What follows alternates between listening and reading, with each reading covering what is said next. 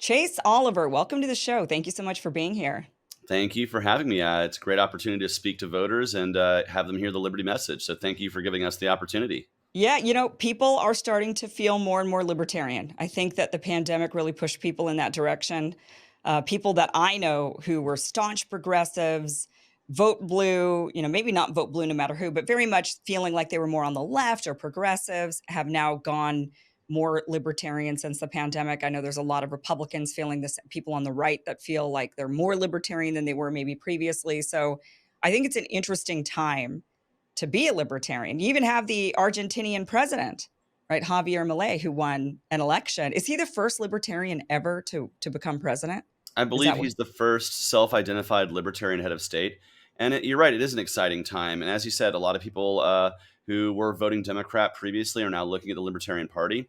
That was kind of my journey, too. I was a former Democrat who was a very hardcore anti-war voter, remember the anti-war left, that when Obama got elected and the wars didn't end, but all of a sudden the anti-war left dissolved, I needed a new home. And it's where I discovered the Libertarian Party, and they are a true anti-war, pro-peace party.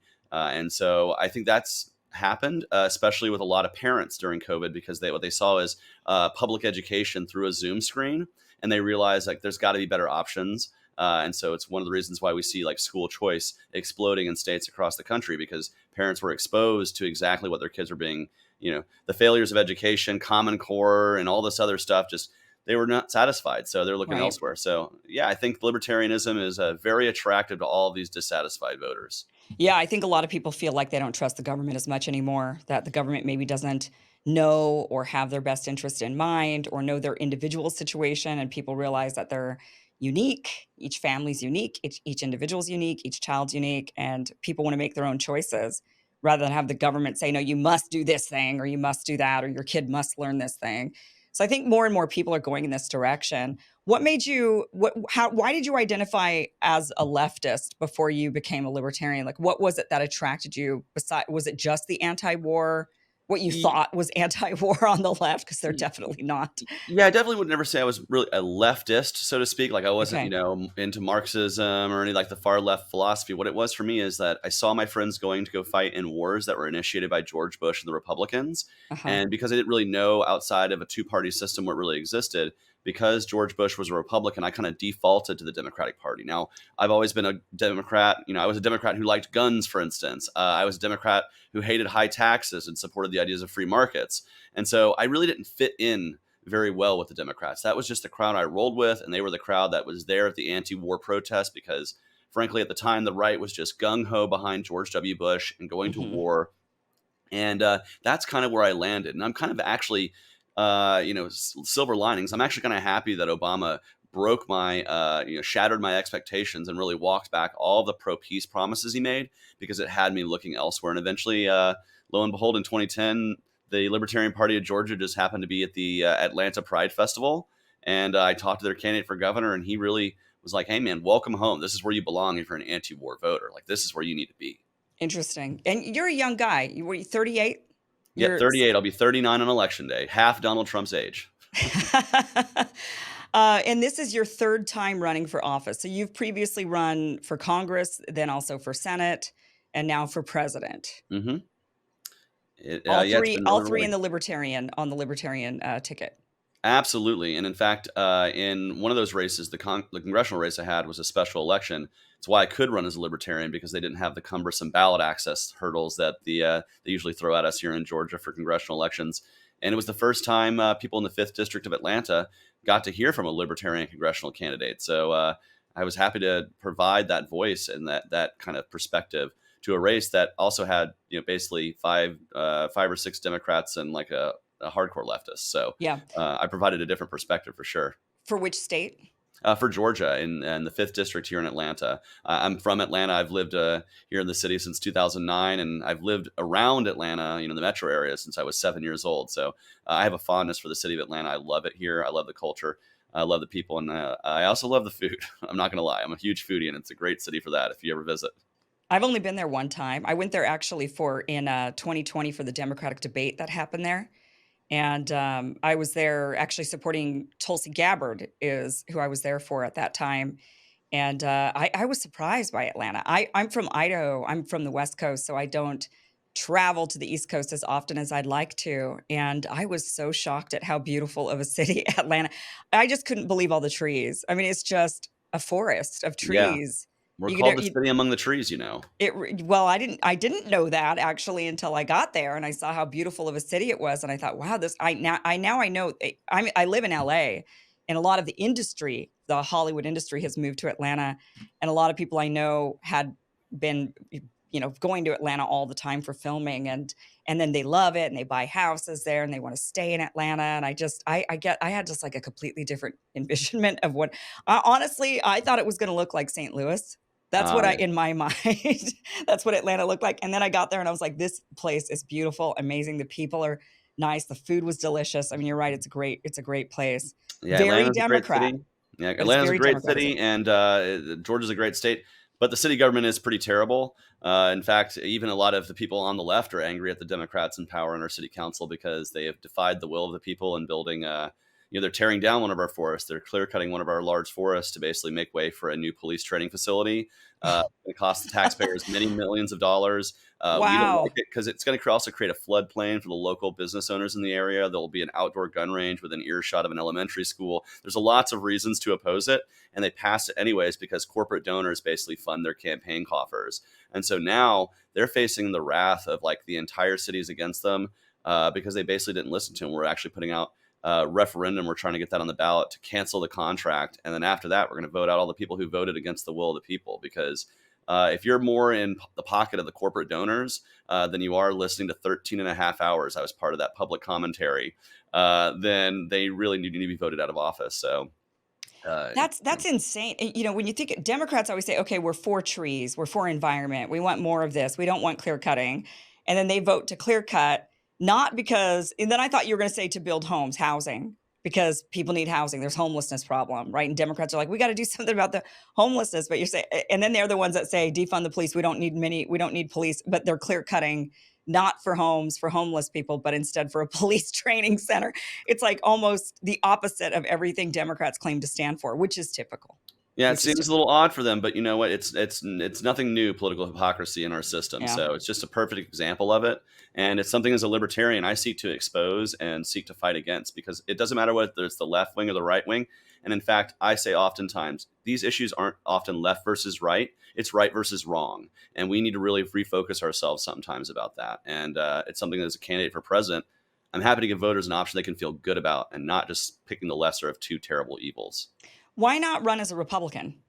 Well, I don't fit in line with a lot of the Republican policy. There's a lot of things that Republicans either they talk the talk and never walk the walk. Things like fiscal conservatism, keeping taxes low. These things they have continued to explode the deficit, and then just along a lot of other issues, I feel just very not in line with them. Whether it's immigration policy, kind of civil liberties issues, and so there's a whole array of areas where I feel like I don't fit quite in with them. But here's the great thing about libertarianism: you can be as personally conservative or as personally like progressive, libertine, whatever word you want to use in your life. But as long as you don't ask that the government seek to use that or push that lifestyle or push those ideas on other people, you're Yeah. welcome to be a libertarian. So really, it's not so much about being on the left or the right as it is like Democrats and Republicans, but it's about being anti-authority. I just don't Right. want anybody to have Right. authority over me or my neighbors who can live in peace. Right. Yeah, I mean, I think that a lot of people it does cast a wide umbrella as far as what you could personally be completely at odds with another libertarian sitting next to you when it comes to social issues, for example. Mhm. But, somebody could be very conservative and say, "No, I'm against gay marriage," or "I'm against all these and I don't want I don't like drugs. I don't want to smoke pot." They could personally decide all these things for themselves and say, "That's just for me, though. I don't want to force that onto you, those decisions onto you, and tell you you have to live the life the way that I want you to live your life." Mhm. And vice versa. It could go in the opposite direction as well. So it is more about having your own personal autonomy, your personal choices, right? Yeah, I seek to let people live their life as they want to in peace, Hmm. and it doesn't feel like I have to like push one thing or another on people. I think actually instead of because see what that is that's why we have a culture war. See, because war is force and aggression, and that can only really come from those who have the monopoly on force, which is government. Yeah. And so I don't want to fight a culture war. I believe in a free cultural exchange of ideas. I say this as an LGBT Christian, right? Who kind of gets it on both sides of the cultural aisle, right? In terms of things. But really, as long as people are living in peace, they should be able to. And you mentioned marriage, for instance, libertarians ideally believe that the government shouldn't be involved in marriage at all. That should be a Mhm. personal contract between two people.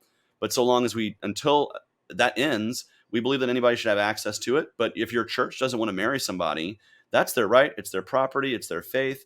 And frankly, as a gay man, I don't want to go get married in a church that doesn't want me to get married there. I don't want to give them their Right. money. I'd rather pay to rent the hall and to have somebody who wants to marry me, who's excited to marry me, right? Yeah. So Yeah. I think that's the kind of thing liberty affords, is that you can be as conservative or as liberal as you want.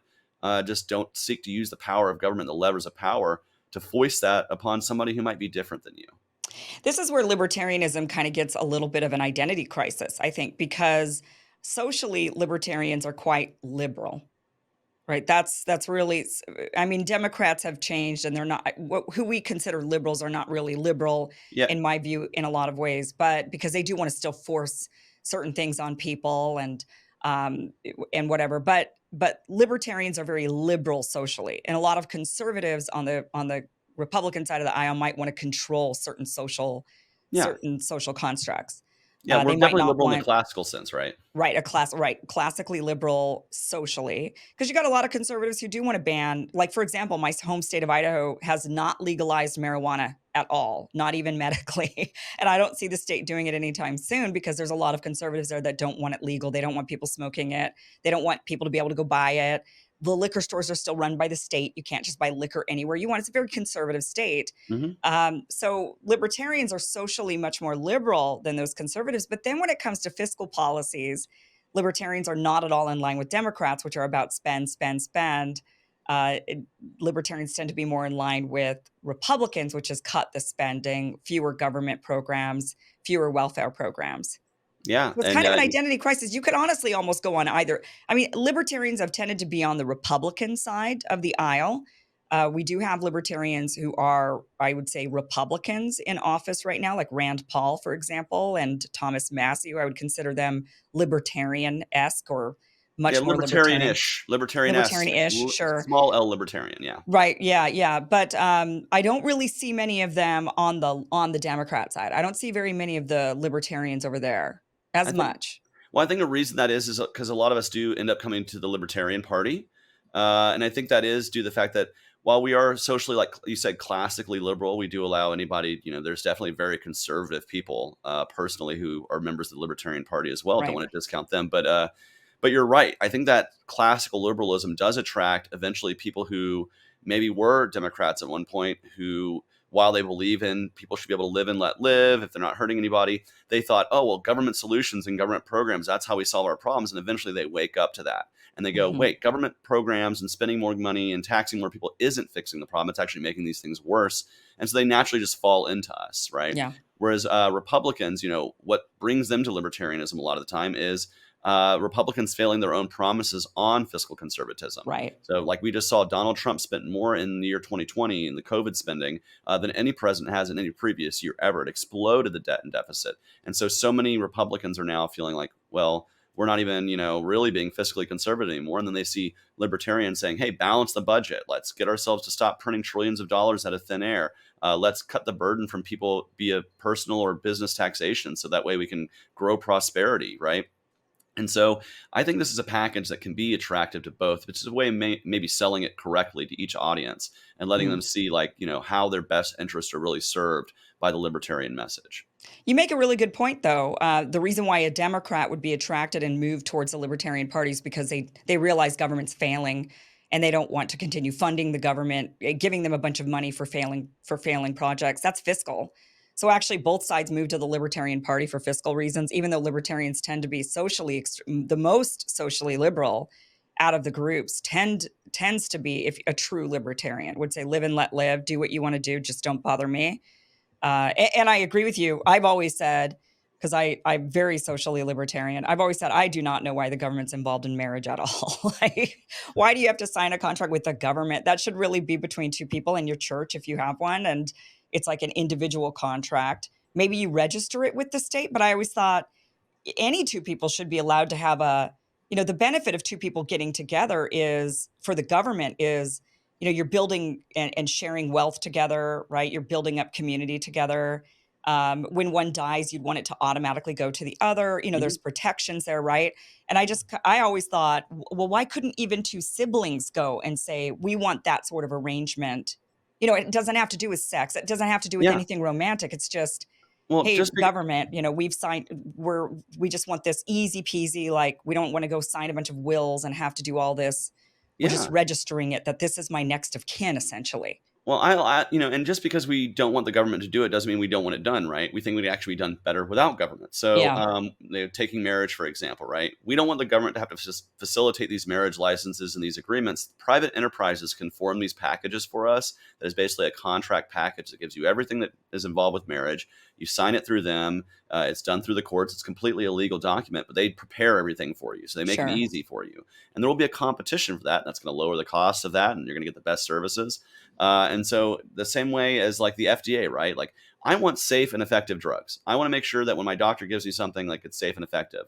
We just don't believe that the FDA is the best mechanism for that. Hmm. There can be private organizations that are susceptible to lawsuits if they are committing fraud or any kind of thing to like help push a drug, right? The FDA doesn't have that. And so let's have these private organizations determine the safety and efficacy of drugs under penalty of civil lawsuit if they're lying or omitting information or trying to push one over the other because Pfizer or whoever is like throwing some money under the table. Well, if that's exposed, it can be exposed in a court of law. But when it happens to our government, it often just gets swept under the rug and just forgotten about. And so I would Sure. much rather have private organizations who are much more susceptible to being to being held accountable than have the government do these things. And so that's where libertarians have to sometimes connect things. And you mentioned, by the way, cannabis in Idaho. I was actually out there trying to sign people up to the medical cannabis petition in Idaho. And one of the things I was trying to sell Republicans on is, listen, people are going to be using this stuff right now. Right now, they're driving into Oregon to get it done. Hmm. Right? They're going into Ontario Yeah. to go buy their cannabis and just driving right back. Like you're losing out on lots of money. And by the way, there are a lot of Idahoans who are veterans who could actually benefit from cannabis for PTSD and other ailments. And really, we need to federally legalize that so our soldiers can do that. Same thing with medical mushrooms and MDMA and ketamine therapies. There's a lot of therapies that can actually help people that our stupid war on drugs is preventing, and it's Hmm. creating real victims. So I try to always sell it from a human point of view, Sure. not just like, hey, we want to get stoned. It's like, hey, we want to help. We want to help people. Right, right. Well, or just like, it's none of your business. I mean, that's Yeah, it's none of your business. Is actually the it's none of best your answer. business. Yeah, yeah. I mean, you lose me a little bit on the FDA stuff. So this is where my beef with libertarians. I just don't see that as being. I get the point. I get the point that that one of the biggest issues that really stifles competition, that stifles honesty, is that there's a lot of government protections of these various, like during the vaccines and the pandemic, we gave them immunity, right? When the government grants immunity, it causes corruption. When the government is doing special contracts and special, earmarking, and there's lobbyists and they're able to get their way to help with their business, like that's not a true free market. Yeah. And I agree that we definitely need to move to a total. This is where I am a bit more libertarian. I know the people watching are as well, where we really want to get to a true free market that doesn't have these too big to fail provisions or earmarks or special treatment for certain groups or certain companies. I just think that when it comes to something like that, for example, same thing with like fire departments, same things with police departments, education, even, that you're just not going to find private companies that want to do it. They don't want the liability, they don't want to hassle with it. They're going to say there's really no benefit in getting into that industry and getting into the checking out the drugs, making sure everything's safe and effective. I just don't see of any business at all that would think that that's a good that's where would they even make the money? Like, where would So they? actually, so let me use a kind of real world example for kind of. So I worked in restaurants for years, okay, Uh-huh. and I worked for the greenest restaurant in Georgia. Now, the state of Georgia did not determine that we were the greenest restaurant. There was an independent organization that went around to all the restaurants in the area. They measured them on a scale like 1 to 100 using all these different metrics. And then those who were green certified could put green certified on the door, and it actually allowed them to say, "Hey, we're a green certified restaurant." It allowed them to Sure. sell the image, right, of like, "Hey, we're doing great." And of course, my restaurant, we got to sell. We're the number one green restaurant in Georgia. And so if you are a drug company, you're going to want to have these companies come on the marketplace that can measure safety and efficacy. And then we can say, hey, this organization that is the creme de la creme of drug trials has said that we are safe and effective. You can feel comfortable knowing that we're doing that because these companies are well run. And the way that these people make money is the drug companies will have to pay for them. They will have to say, hey, we want to have some sort of safety and efficacy training. They're going to invest in that because they want consumer confidence. And I think right now, especially post-COVID, they've even lost the consumer confidence that the FDA provided. They're going to need to find new avenues for consumer confidence because the government really failed them in the response to COVID in a lot of ways. And But I mean, so, one of the problems with the FDA is that it is funded by these big companies. I mean, that's the reason why they're pushing through these drugs is because they don't want to lose that funding. If Pfizer comes along and says, "Hey, we got all these drugs and it's pay for play at the FDA as it is," that was set up under Reagan because he also had this fiscal policy of the people shouldn't have to pay for this. So it ended up falling on the lap of the companies, and we ended up with this mass corruption because we didn't have a check on them. If the taxpayers are paying for it collectively, and it's about protecting the taxpayer and not about well we have to because when you create like the military industrial complex, I mean this is mhm, another to me an example of libertarianism that's gone awry is that when we're contracting this out privately, these private companies then vie for those contracts. They want those contracts. Their companies grow, they've got mouths to feed, they've got shareholders to pay, and so they just keep pushing for more conflicts because mhm. that's the nature of their business. So it seems to me like, same with the FDA, for example, this is one of the problems is that when we took it out of the taxpayer hands and we actually said to the businesses themselves, you're going to have to pay for these regulations because you're going to want it was the same premise. It was this idea of you want people to believe that your drug is safe and effective. The reason why though that I mean but it ended up backfiring big time and now we've got about 30% of the drugs end up being found not to be as safe as they were once deemed to be. Mhm. They either have black box warning labels on them or they're pulled from the shelves entirely.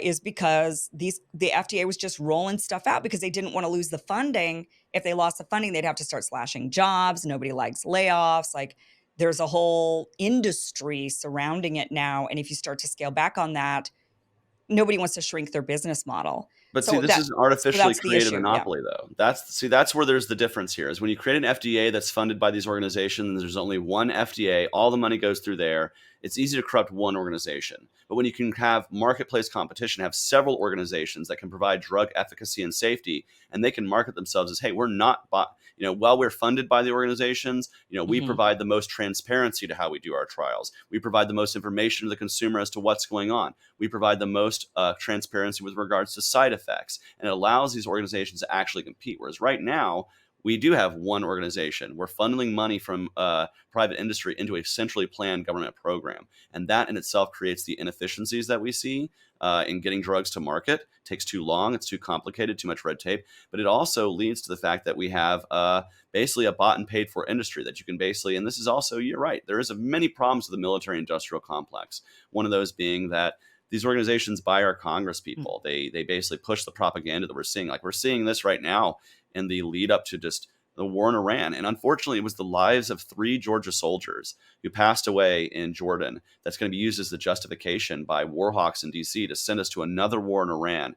It's the same playbook that we saw with Iraq Yeah. and Afghanistan and all the other wars that we put ourselves in the last 2 decades. And now, as a millennial who saw my generation being sent to those wars, I fear that it's now my nephew and niece's generation, Gen Z, that's about to be sent to these wars. And we do have to stand up against those things. And there's not really a simple way to put the genie back in the bottle of the military industrial complex without, major like nationalization, kind of real hardcore socialism, right? And I don't, the easiest answer to that is we have to have a president whose foreign policy is based on diplomacy and peace. The shareholders of Nordstrom and Raytheon and all those people, their shareholders be damned. I'm sorry. Like, they can go invest in other companies that can make money that don't involve blowing up children all over the world, that doesn't involve destroying the goodwill of the American people all over the world through undeclared wars and through drone bombings all over the world. We would never expect that behavior to happen to us. If I'm sitting here in my office and all of a sudden a drone bomb rained from fire from the skies Yeah. and blew me up, there would be a response from our government. We would say someone invaded our sovereignty and that's just unacceptable. But it's somehow acceptable for us to do it in the name of security to Right. Jordan and Syria and Iraq and Afghanistan. And so Yeah. we have to stand up against these things.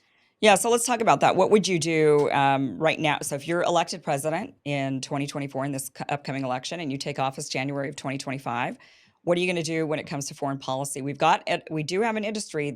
We have a large military. These people rely on these paychecks. What can people that work even in these big industries like Lockheed Martin and Raytheon? They also rely on those paychecks. Those families need to be fed. Hmm. Mass layoffs are not popular, but what would you do? So we are going to reduce our military footprint around the world. We're going to basically start closing the bases and start bringing troops home. Now, here's the thing about that: if we do so in a responsible way that allows for this to happen in a way that's like, not just sudden shock. Don't flip a light switch off, but you do have to do it as quickly as possible. That's manageable. What you're going to see is you're going to see companies like Boeing and Nordstrom and Raytheon and these other. They can invest and build other things. They don't just have to build weapons of war. I liken it to, I tell people it's like Tony Stark in the Avengers, right? Like Stark Industries made weapons, and then he realized, hey, I don't like it killing innocent people. Let's make other things, and they found other things to innovate and develop that actually benefited mankind, as opposed to just creating weapons all the time.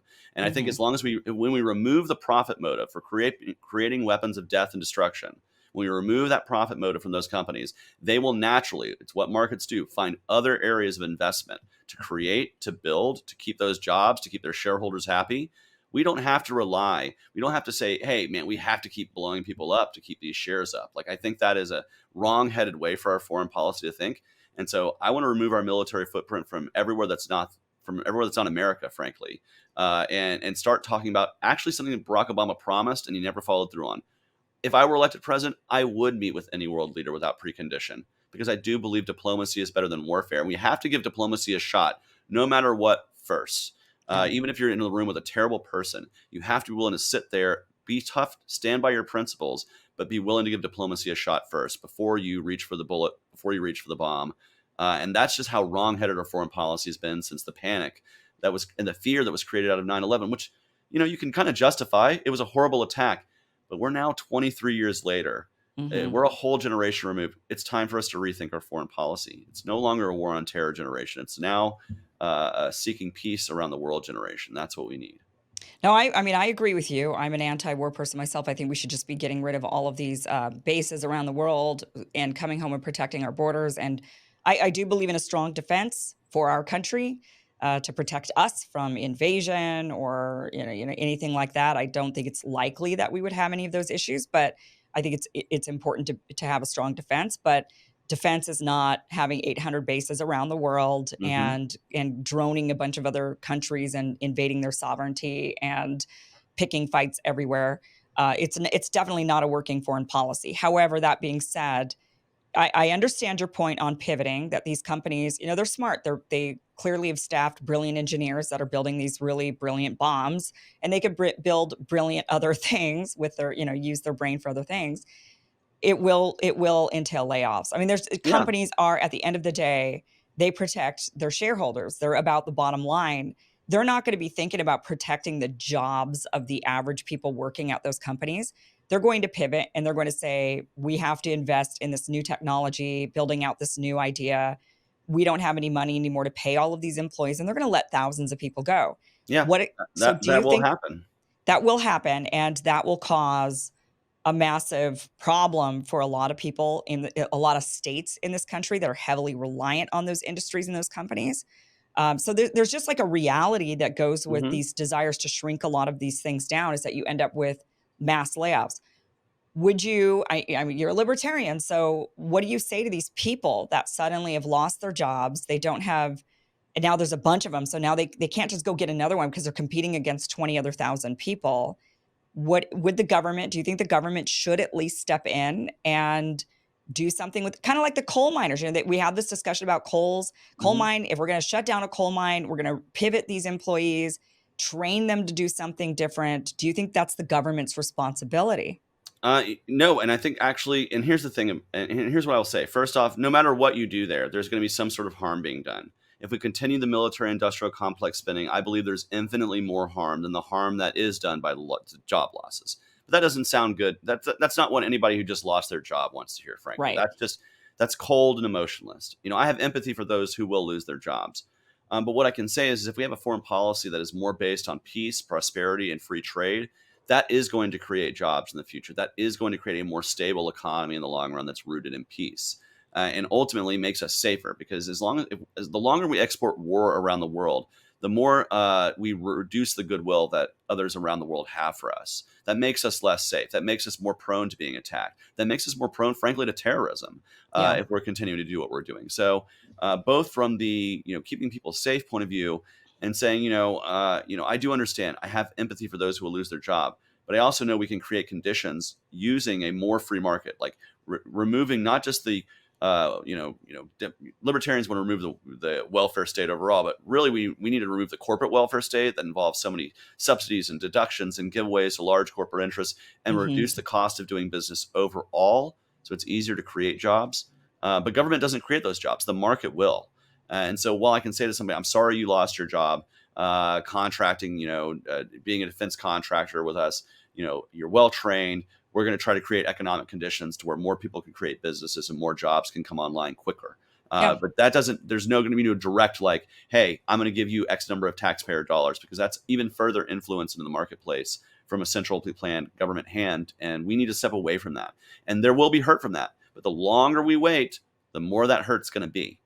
And we need to be Yeah. realistic about that. Right, right. I guess the realism would have to be to create those conditions before you actually start putting these people in a position where they're being laid off because you've shrunken down all of the bases, right? Like it would require the removal of, and I don't know how you do it on a federal level, because here's the problem: the federal government controls the foreign policy, but the states control the economic conditions within each state. That's why you have widely different economic conditions between Florida, Texas, and California, right?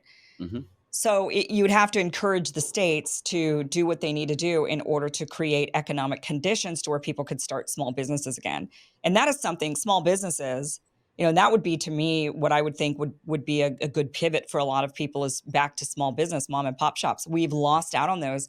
About 100 years ago, I think 80% of the businesses out there were mom and pop shops, and that has just slowly deteriorated as people got corporate jobs, big business jobs. And now I think we're at like 30% of the actual economy is mom and pop small business, Hmm. which at least it should be half, but it's shrunken and it's gone the way of big corporations. So, I mean, I certainly, it makes there is some sense there, as long as I guess if you were to wave a magic wand and make everything with the libertarian, try the libertarian way, Hmm. because a lot of the issues with small businesses, like in the state of California where I'm in, and I own this business, this, media business, and it's crazy trying to run a business in California. The regulations, the red tape, I mean, Yeah. they just make it difficult for us. And I do a very small, simple business.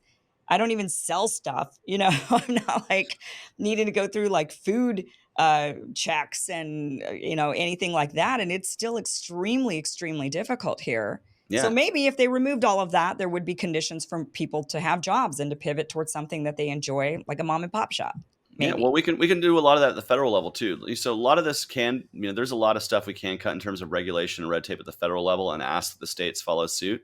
And certainly we need to increase small businesses. This is what I'm talking about, removing corporate welfare, because what we see is we see these big corporations basically whispering into the ear of our senators and representatives, "Hey, give me this little cut, give me this little giveaway, give me Right. this little subsidy or deduction," and they can afford their army of tax attorneys to pay for that stuff. But who can't is the mom and pop shop, if they even qualify for some of these things, because sometimes they make it where you only qualify if you're over a certain size, correct? And Yeah. so with that, it's creating a condition where the mom and pops are paying a much higher tax rate at the end of the day than these large corporate interests who basically have the army of tax attorneys and accountants. And what I say is just remove all of the subsidy deductions, the nooks and the crannies, and just lower that rate overall, so we can actually have a level playing field, so the small business can compete and grow to be a medium business, so that medium business can grow and compete to be a large business, or a large corporation even, like, and grow to be the next major provider of something, or the next innovator in some marketplace.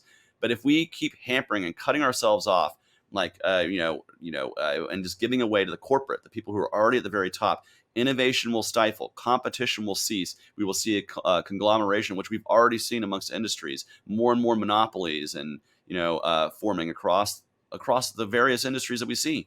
And so we need to get back to where we're having real competition. And that does involve, like you said, supporting the mom and pops, because I want to see them grow up to become the next mom and pop success story that becomes the next, thing that we're like, how did we ever live without this? Right. Yeah. And so, but the only way we're going to have those conditions is to create a truly free marketplace and quit having what's basically a corporately controlled, state centrally planning things for us, picking the winners and losers. Right. And I think that's what's really scary to me when I hear these libertarian ideas is I just sit there and I think, oh man, this is just ripe for corporate takeover. I mean, look at Bill Gates and how he was able to control. He's got a disproportionate influence in our health systems, our health environment. With labs and testing and donations and funding and creation. I mean, the Gates Foundation has a disproportionate amount of influence in all of that, and we saw what that did during the pandemic.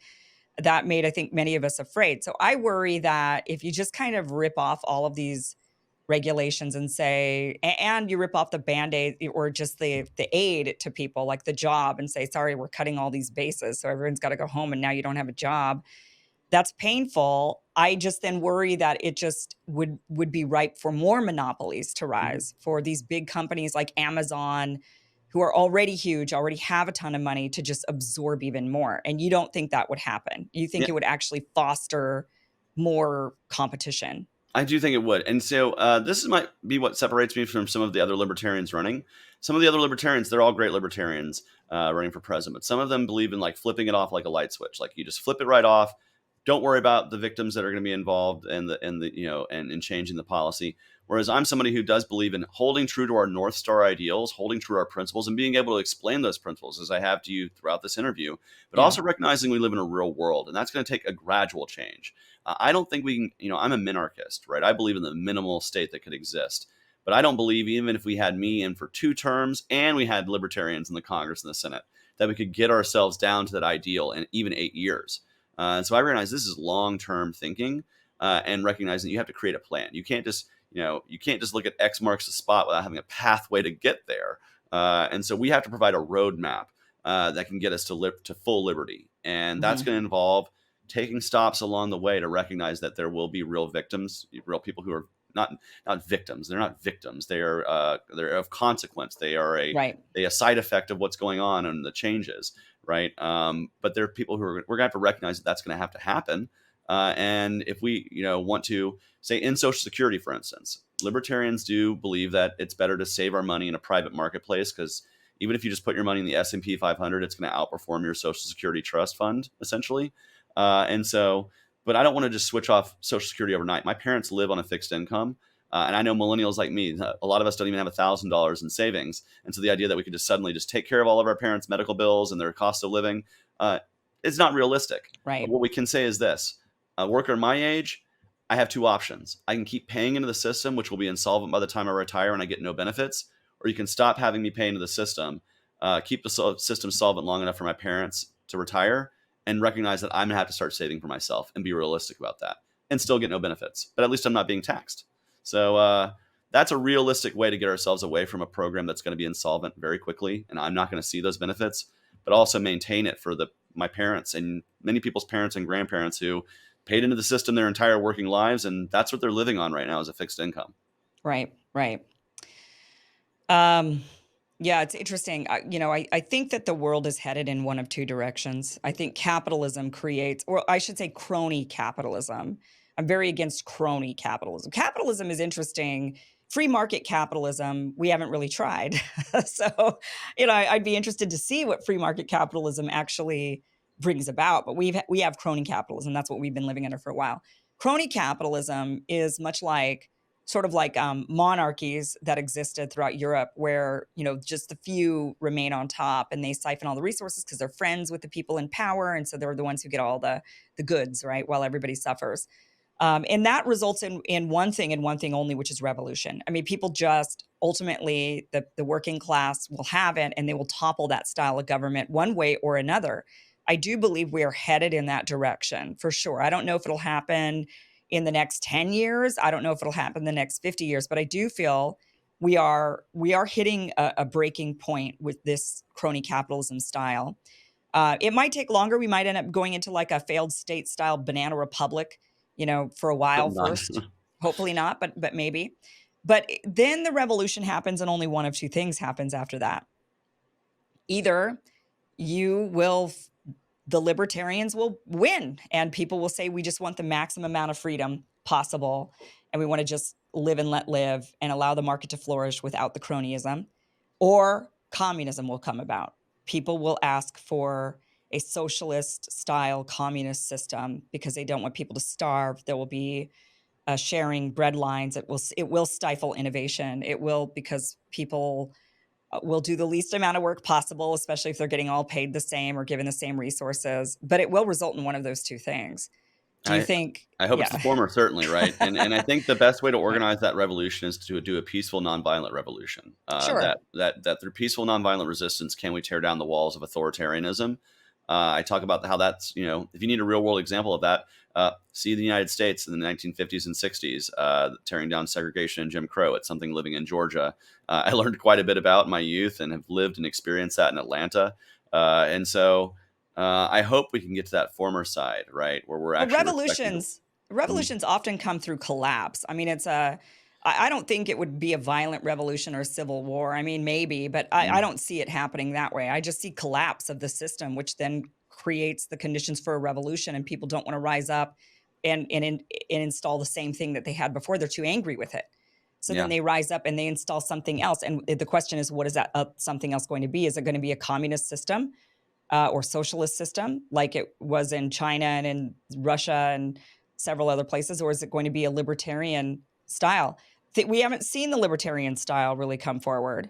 Yeah, and you know Um, what? We see this in Argentina, right? I hope we don't have to wait to have 150% inflation and one in right. four people living in extreme poverty before we give up the ideas of socialism, or further ourselves into that direction and say, "Oh my God, maybe we should give the libertarians a chance." Like, I hope that America is going to be quicker on the take than Argentina was, because Argentina suffered 60 years of combinations of socialism. Peronism was what's kind of like its special weird blend of fascism and socialism, and then just kind of flavor of the week authoritarianism. So they've suffered from that for generations now, and only now are they going, "Hey, liberty was the answer all along, you guys. This was the answer." And so I hope we can educate the voters in America and the people of America that they have an alternative.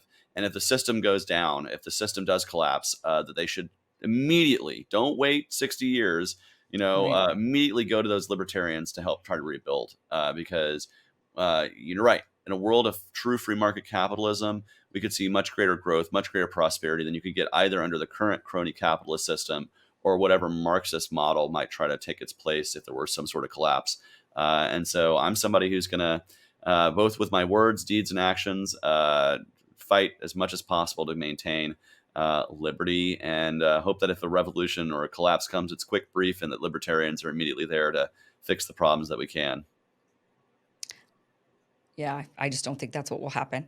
Sadly, I Fingers think what crossed, happens right? is, I mean, fingers crossed. I mean, I think the best way to do it is to try to people to change their minds before the collapse happens. I think the best shot for libertarians like yourself is if people wake up before the collapse and they start voting in libertarians to try that out. I'm willing to try it. I'm a little nervous about it fiscally because I don't. I mean, where are you at on like getting rid of public education? Do you just think it shouldn't exist at all? So I believe, right now, while in the libertarian ideal, my minarchist ideal, right, we would have fully funded voluntary education where people are voluntarily funding the schools they want to go to. I don't believe we need to have a federal Department of Education. We can go ahead and block grant that right back to the states. What I see coming out of the states right now is creating an education marketplace via funding the student, not the systems. I want to see how that works, because we have to bring some sort of marketplace online to create competition, so that way the best practices stay, the worst practices fall away. It's not what we've had under the public school model across the country. And so I'm kind of seeing how the states handle this. And I actually kind of support, if we're going to fund anything, fund the student directly, not the system. And here's why. Mhm. It is better for the student. They can pick a school that might be perfect for them, whether they're into engineering or whether they're into performing arts or whatever it is. They can find that niche school. It gives parents more agency over their children and what they learn. It gives them direct influence over what they fund for their children to be educated about, which removes all of the cultural war aspects. You want your kid to go to woke academy, go to woke academy. You want your kid to go no woke academy, go to no woke academy. Right, You right. get to choose that. And then lastly, it actually helps educators. I know so many teachers who got into the profession because they had an awesome teacher growing up. And then what happened was they got stuck in the public school model and they're like, oh my God, there's so much red tape and BS. Yeah. What is this? And so I believe, let's free up those educators to educate the way they know best.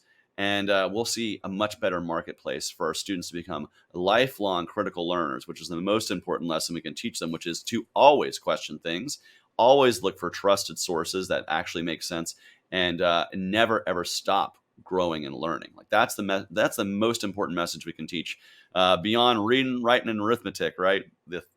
But that's really what we need to see. So yeah, Okay. I think we can have a fully free marketplace one day, but right now, let's just get to funding students and not systems. Let's move ourselves Yeah. away from that centrally planned system and see how it goes.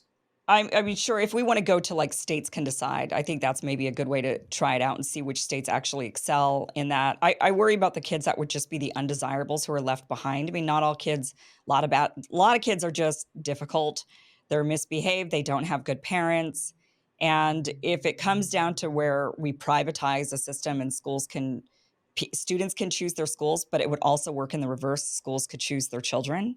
I think a lot of children would potentially be left out in the cold because they're just bad kids and they didn't get good parenting and it's not their fault. And, they grew up in the environment they're growing up in and they didn't get to choose that. And then there's just no one to rescue them. There's no one to help them. And I believe our country is only as strong as our weakest link.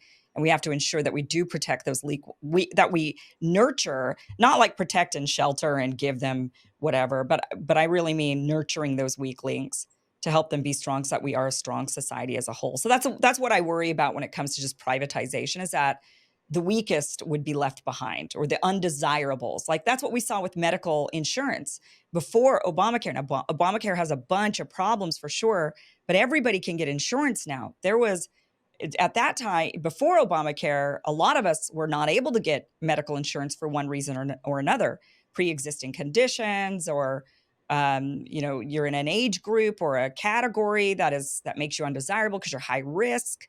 And so undesirables get left out and they just take the desirables. How would you protect against that sort of free market decision making? Yeah, so I think, so first off, if you're doing the funding students and not systems, right? If you have a wonderful public school system that does address a lot of these issues and is helping a lot of these kids, and particularly those who have, particular issues with baby behavior or learning disability, other Sure. things, then you can keep going to that awesome public school.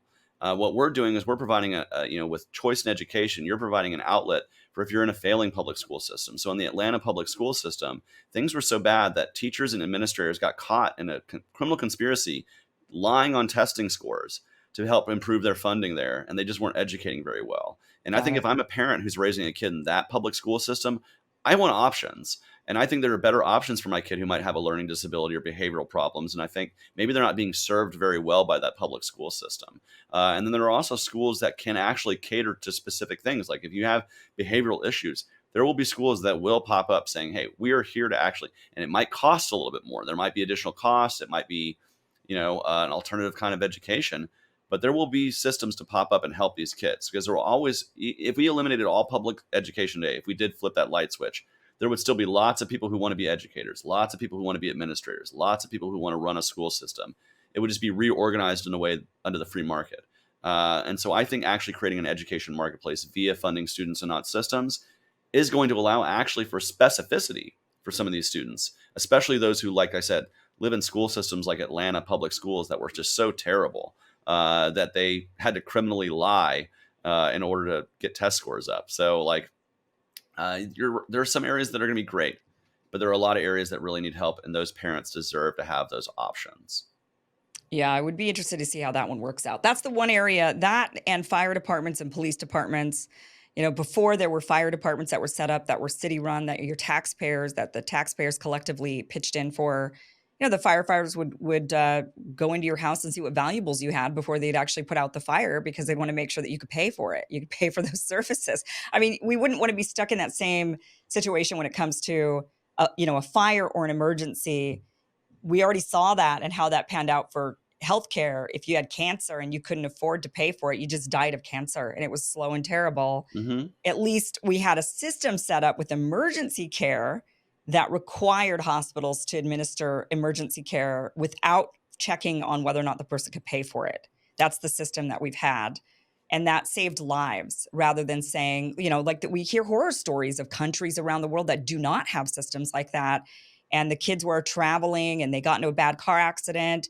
They couldn't get a hold of their parents fast enough and they died. I mean, there are these Yeah. stories where they go to the ER and the ER says, pay up first or we don't treat you. And these American kids with money had no money because they couldn't get a hold of their parents or their parents couldn't get the money to them fast enough and they died. I mean, we Yeah. don't want to live in a country like that. No, and and I think this is part of why I do believe in localization as much as possible. Like I believe in as a minarchist, I do have an ideal that I'm striving towards. But like I said, I don't think we're going to get there in 4 or even 8 years. But what we can do is we can remove the extra layers that we don't need. Fire departments and police departments should be locally. If they're going to be funded in a government way, that should be locally funded, locally controlled, local oversight as much as possible. We need to remove these extra federal standards. I think what we're tired of is sending the government a dollar to get back 85 cents worth of federal funding for our state programs, right? Because that's what happens. Mhm. They take our taxpayer money, they run it through the Washington D.C. machine, and they come back with like far less, than a dollar's worth of services on the dollar. Sure. So I think if we remove these extra layers of government at both even the federal and sometimes even a lot of times even the state level, and remove that to local levels, you're going to see a better outcome and a better bang for your buck as a taxpayer. And you're going to see, and of course, local government is the one that is most easy to remove if you really activate voters because there's a smaller organization, smaller voter base, easier to Yeah. motivate a smaller community as opposed to trying to do something federally to change things. So that's why I support localization. And I imagine a lot of localities, whether it be in Atlanta, out in LA, up in Boise, wherever it is, they're going to want somebody to put out a fire and somebody to, and as a minarchist, I do believe in funding police because there has to be law enforcement and courts. So that's part of the essential funding that I think we do need. Okay. So you do think there should be some government. You're not like Oh yeah, completely I'm a minarchist, not an Okay. anarchist. Yeah. We're close, right? But here's Yeah. the true thing: both of those things are so far away from where we're at right now that I'm happy to work with anarchists to reduce the size of the state. But eventually, it will get small enough where I'm like, hey, this is the state I want. This is where Okay. we're at. And in Uh-huh. that case, may the best man win that discussion between minarchy and anarchy. But in the meantime, let's just fight back against the major excesses that most Americans can just see with their eyes. Sure. It's a battle for libertarians. This is not a popular ideology. I mean, even amongst the right, where libertarians tend to be, housed a bit more. Um, Otherwise, the party would be a lot larger, right? I mean, otherwise, you would have a lot more success. I mean, have we had any libertarians actually elected into office here in Uh, this country? Yeah, I mean, we have hundreds of libertarians currently elected. Most of the is at the local level. Things like city councilmen, sheriffs, aldermen, things like this. But we have had elected state legislators. When we had Justin Amash, who was elected as a Republican but changed parties to be a libertarian. So we have had technically a member of Congress, though not elected. At the time, he was a Republican when elected. But I do see a room for growth, like Mhm. obviously. But here's the thing: I think many times the reason why our ideology is not popular is either people haven't heard it or they have a misguided understanding of it. They think we're selfish, that we only care about ourselves, that it's only about us and not about our greater community. And I think that cannot be further from the truth. The message of liberty is an empathic one, it's a universal one, and it's one that respects each and every person's right to live within their community in peace. And so I tell people, my elevator pitch is this: if you're not committing force, fraud, coercion, theft, or violence, your life is your life, your body is your body, your property is your property, your business is your business, and any action or interaction for the government, interaction with the government rather, should be minimal at best without your voluntary consent to do so. And I think that's an attractive message. We just have to get it out to more people and break through the media blackout. And it's folks like you that allow me and other libertarians to be able to do that. So thank you very much for, at least giving us the chance to have a voice. Yeah, for sure. And really, I mean, I do think that libertarians can get your message out there more. I think maybe using examples, if there were examples. I mean, the problem is there haven't been very many truly libertarian run communities. There have been Republican run, Democrat run. We don't really see libertarian run or even Green Party run necessarily, right? So we don't have these alternatives in this duopoly system that we're living in. But having some examples would be helpful, that type of thing. But I mean, you make some really great points. I look, what we have now is failing, obviously, very much failing. I'm willing to try anything. I think I'd be willing to give libertarianism a shot and just say, all right, let's do a tester city and see how it goes. Like, try it out. Just if if we could do this. I mean, of course, we have federal regulations and stuff, so that's difficult. But if we could create a society and say, let's just see how it goes in a completely free market system with no cronyism, no lobbyists that are getting the backdoor funding that they want, or earmarks. I would be interested in seeing how that fares. We also see the other extreme. Communism, socialism also does not work. I am not a fan at all of those styles of those systems. I think that they stifle innovation, they stifle motivation. They're just, I think, terrible systems. I get it. They're meant to make everybody fed and housed, but it comes at a ginormous cost. I do have one more question for you. Hmm. Robert F. Kennedy Jr. has come out saying he may run on the Libertarian ticket. So you're right now, you guys are. When's your primary? So It's coming up. we have state conventions all over the country going on right now, but our national convention is Memorial Day weekend in Washington, D.C. And that is where delegates that were selected at each state convention will convene to select our presidential and vice presidential candidate. So what do you think of him then coming out saying he might be seeking the Libertarian? He might be swooping in and taking it from you. Yeah, here's the thing. I don't think he's going to have very much luck with the delegates with a lot of his past positions. I think there would be far too many things for him to have to explain. You know, he can be libertarian-esque or libertarian-ish, as we said earlier, but libertarians do not want that on the top of their ticket. We've had that in the past. We've had Bob Barr in 2008, who was essentially a cast-off Republican, and we had horrible, horrible outcomes from that in terms of both membership and vote totals. I think we need to be insisting that a libertarian be on top of the libertarian ticket. Doesn't mean he's not welcome to the party. In fact, I welcome him the same way I was welcome to the party. You know, he has some libertarian policy positions. I welcome him to come in the party, join us, and connect those to the greater libertarian philosophy and grow into our party, and maybe one day run for office for it. But don't come here just expecting a ballot line, because Yeah. our ballot line is not for sale that way. We are a principled bunch. And so if he wants to jump in, you know, the water's fine. You're more than welcome to jump in. But what I will warn you is that libertarians are not going to stand for somebody who's been anti-gun in the past, who has been anti-free market with terms of energy, who's been anti-free speech, even though now he claims to be against censorship. Many of the things he said in the past kind of speak to that, you know, alternatively rather. So I But welcome everybody him to try to jump changes. in. Everybody Seeing him on a changes. debate stage would be fun with Yeah. some other libertarians. Well, I'm just curious if you even have control over this. I mean, it sounded to me almost like if they're exploring the option of running on the Libertarian ticket, are there powers that be within the Libertarian Party? Like the Democratic Party can just decide who their candidate is. Nope, we are led by our delegates, and those delegates are selected at each of our state conventions. So I was just at the Georgia convention this past weekend. We selected our 31 delegates that we send to DC. They are the voice. They are the vote. Now you could probably, I suppose, try to bribe all the delegates or whatever, but that's going to be seen pretty quickly. And we're a pretty principled bunch, so I don't think that Okay. that's going to happen. So there's not And like so some person at the top who could just put them in there and say, I've just decided that this is what we're going to do. leadership can try, but here's the truth. The way our bylaws and our platform is set up, the delegates control the Okay. convention. They can unseat anybody who wants to try that very quickly. And so we will not stand by that kind of stuff. And that's one of the reasons why I'm traveling around earning those delegate support, because those are the people who ultimately decide. And so if RFK wants to jump in and try to earn them from me, best of luck to him, but he ain't going to get them. Libertarians look at those delegates.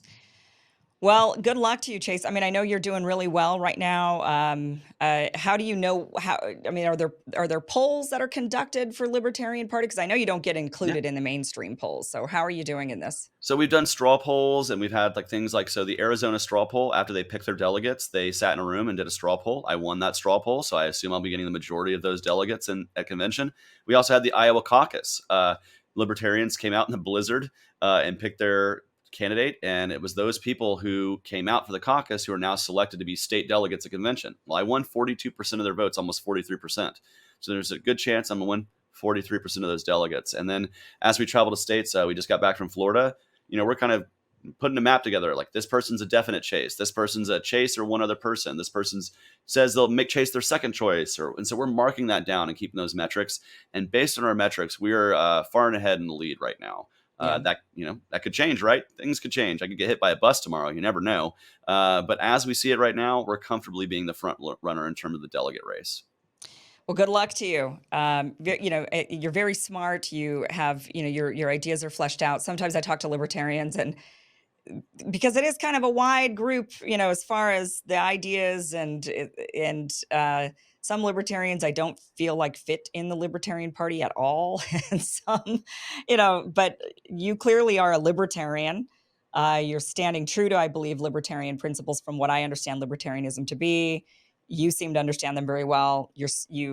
I think that you eloquently portray your ideas. So I think you'll hopefully continue to do very well, and good luck to you in in your race. I mean, you've got a long career ahead of you also if this one doesn't work out, but sounds like you're in good shape. Yeah, well, yeah, and thank you so much for giving me the opportunity to speak. If I can, I'll just give myself the quick free plug that every Yes, politician of does have to do. course. If you want to join the campaign, you can go to votechaseoliver.com and get involved today. Or if you're listening to this on your phone, you can just text my name, Chase, to the number 21,000. And if you do that, it'll give you a link to get right involved in the campaign right away. We'd love to have as many people join our hundreds of volunteers that we have across the country, and our donors that's, of course, spread across the country as well. We'd love to have your support. And you can follow me on all the social media at Chase for Liberty, and do that alongside following Kim Iverson. Chase for Liberty. I'm writing this down just so I have it for my own notes. But thank you so much, Chase. Best of luck. Thank you very much. Peace, love, and liberty to you.